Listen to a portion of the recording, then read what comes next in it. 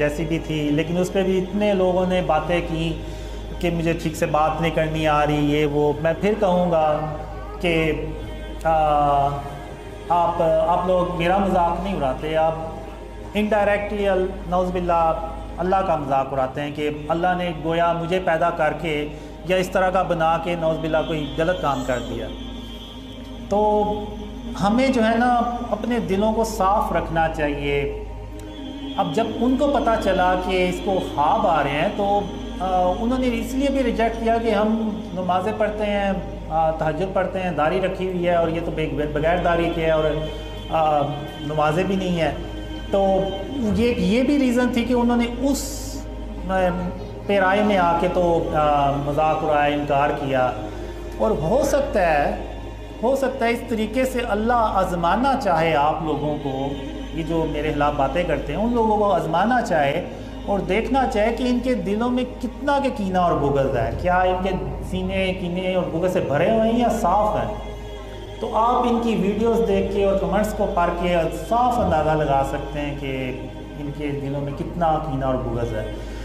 اور یہاں پہ میں یہ کہنا چاہوں گا کہ میں کوئی اپنے آپ کو پاک صاف انسان نہیں کہتا، کیونکہ انسان کا جو نفس ہے نا وہ انسان کو برائی ہی سکھاتا رہتا ہے۔ میں کوئی ایک گناہ کرتا ہوں تو پھر اللہ سے بے شک 1000 بار توبہ کر لوں کہ میں یہ نہیں کروں گا، لیکن پھر بھی 100% چانس ہوتا ہے کہ وہ گناہ دوبارہ ہو جائے، کیونکہ انسان کا جو نفس ہے نا وہ اس کو برائی سکھاتا رہتا ہے۔ لیکن یہ کہ اللہ میرے حال پہ رحم کے ساتھ توجہ فرمائے، اور بے شک اللہ سب سے بڑھ کر رحم کرنے والا ہے اور مہربان ہے۔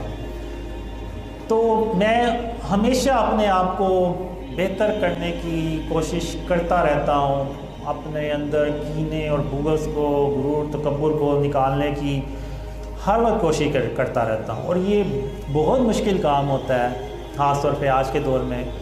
لیکن یہ کہ ایک کوشش ہے شرک سے اور اس کی اقسام سے اپنے آپ کو بچانے کی، جو اللہ اور خاتم النبیین محمد صلی اللہ علیہ وسلم نے خوابوں میں باتیں سکھائی ہیں، ان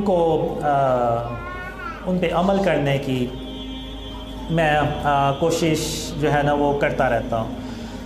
اور مجھے یعنی اس میں آپ یہ دیکھیں کہ اللہ اس سے یہ بھی ایک پیغام دینا چاہ رہا ہے کہ اس نے شرک اور اس کی اقسام سے اپنا آپ کو بچانا شروع کر دیا تو میں نے اس کی مدد کرنا شروع کر دی۔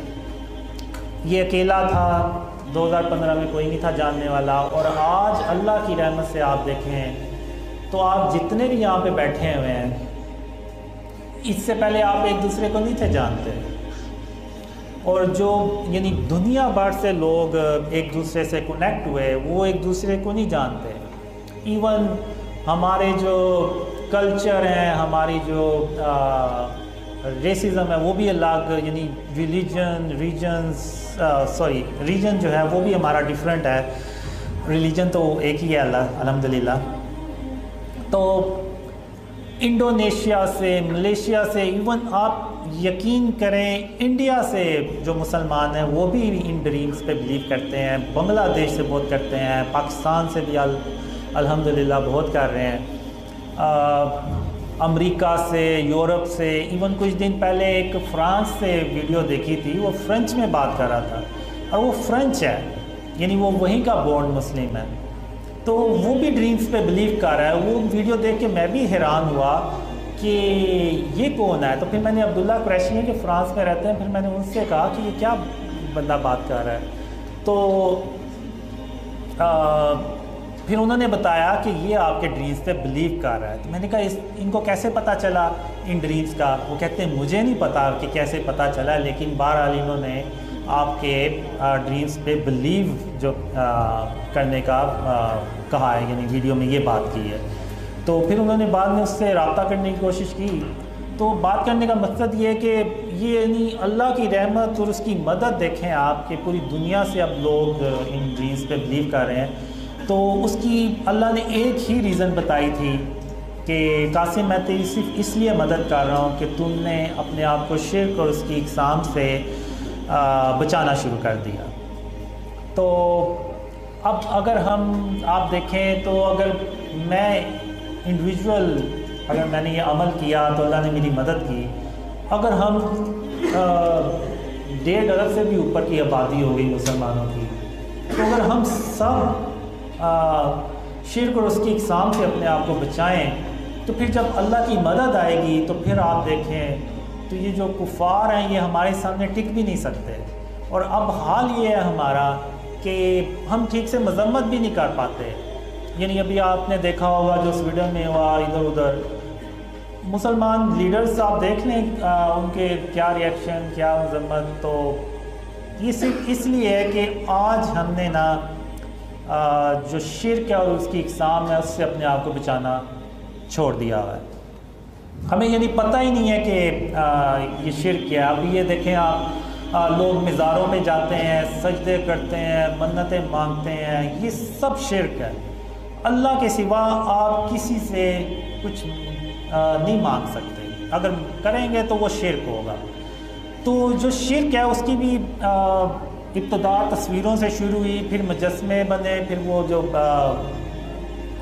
یعنی کہنا شروع ہو گئے کہ یہ مجسمہ, یہ بت جو ہے یہ بارش کا ہے اور نعوذ باللہ ہے, اور یہ رزق ہے, اور یہ اس طرح سے انہوں نے جو شرک ہے نا اس کو پھیلانا شروع کر دیا. تو آج اگر آپ دیکھیں تو وہی کچھ ہماری سوسائٹیز میں ہو رہا ہے. ایون آپ ایک ٹاؤن سے نکال لیں وہی چیز ہوگی, بس شکلیں اگر ڈیفرنٹ ہیں تو کیا بات ہوئی. اب آپ دیکھیں تو عیسیٰ علیہ السلام نے بھی ایک چمگادر کا مجسمہ بنایا, لیکن اس میں اللہ کے حکم سے انہوں نے روح بھی پھونکی اور وہ پرندہ بار کے اڑ گیا. اب یہ جتنے بھی جانور ہیں, چرند پرند, ہو سکتا ہے ان سب کا اللہ نے پہلے مجسمہ بنایا ہو اور پھر اس میں روح پھونکی ہو اور وہ زندہ ہو گیا ہو. تو یہ جو مجسمے بنانا ہے اور ان میں روح پھونکنا ہے یہ اللہ رب العالمین کا کام ہے. اور کوئی اور اگر مجسمے بنائے گا تو وہ اللہ کے ساتھ شرک کرے گا. یعنی نعوذ باللہ, جیسے وہ کہہ رہا ہے کہ اگر اللہ یہ کام کر سکتا تو میں بھی کر سکتا ہوں, نعوذ باللہ. تو وہ اللہ قیامت کے دن ان سے کہے گا کہ اس جو بت ہے, یہ جو تصویر ہے, اس میں جان ڈال کے دکھاؤ, تو وہ نہیں ڈال سکے گا. تو اس میں اب بہت ساری کنفیوژن ہے. لوگ کہتے ہیں کہ جی آپ بھی تو تصاویر یوز کرتے ہیں سوشل میڈیا پہ, ویڈیوز بھی بناتے ہیں, وہی چیز ہے.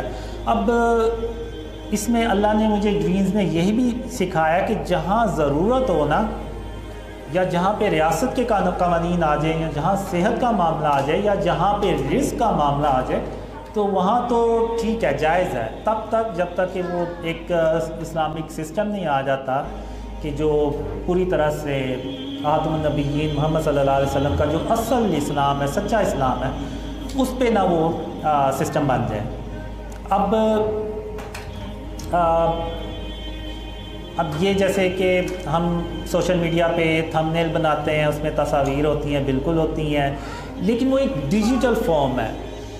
وہ جب آپ موبائل آف کرتے ہیں, لیپ ٹاپ آف کرتے ہیں, تو وہ جو تصویر ہے وہ غائب ہو جاتی ہے. وہ دوبارہ آپ کہہ لیں کہ ڈیٹے میں کنورٹ ہو جاتی ہے, اور وہ بھی ہم صرف اتنی ہی یوز کرتے ہیں جتنی کہ ہمیں ضرورت ہو. اگر آپ دیکھ لیں تو پروفائلز جتنی بھی ہیں اس میں ہم نے کوشش کی ہوئی ہے کہ تصویر یوز نہ ہو. اب جیسے ریاست کے قوانین ہوتے ہیں, نوٹ کے اوپر تصویر بنی ہوئی ہے, آئی ڈی کارڈ پہ تصویر کی ضرورت ہے, پاسپورٹ پہ تصویر کی ضرورت ہے, اور ایسی بہت سی چیزیں ہیں جن پہ تصویروں کی ضرورت ہوتی ہے. جیسے اگر کوئی جاب کر رہا ہے تو اگر اس کمپنی نے کہا ہوا ہے کہ تصویر جو ہے وہ لازمی ہے آپ کے کارڈ کے اوپر, تو مجبوری ہے, تو وہاں پہ تو وہ جائز ہے. لیکن جہاں پہ ضرورت نہیں ہے, جیسے یہ بڑے بڑے بل بورڈز لگے ہوتے ہیں, یہاں پہ تو کوئی ضرورت نہیں ہے. اتنی بڑی کمپنیز ہیں, وہ صرف اپنے نام کی لگا دیں, جو پروڈکٹ ہے بس اس کی تصویر بنا کے لگا دیں. جیسے کوئی اگر بوتل ہے, کوئی ڈرنک ہے, یا کوئی دودھ کی ہے, تو آپ دودھ کی وہ جو تصویر ہے بس وہ لگا دیں. کہ انسان کی تصویر کی تو ضرورت ہی نہیں پڑتی. تو یہ سب غیر ضروری ہے. اور فزیکل چیز جو ہے وہ ایک الگ چیز ہے.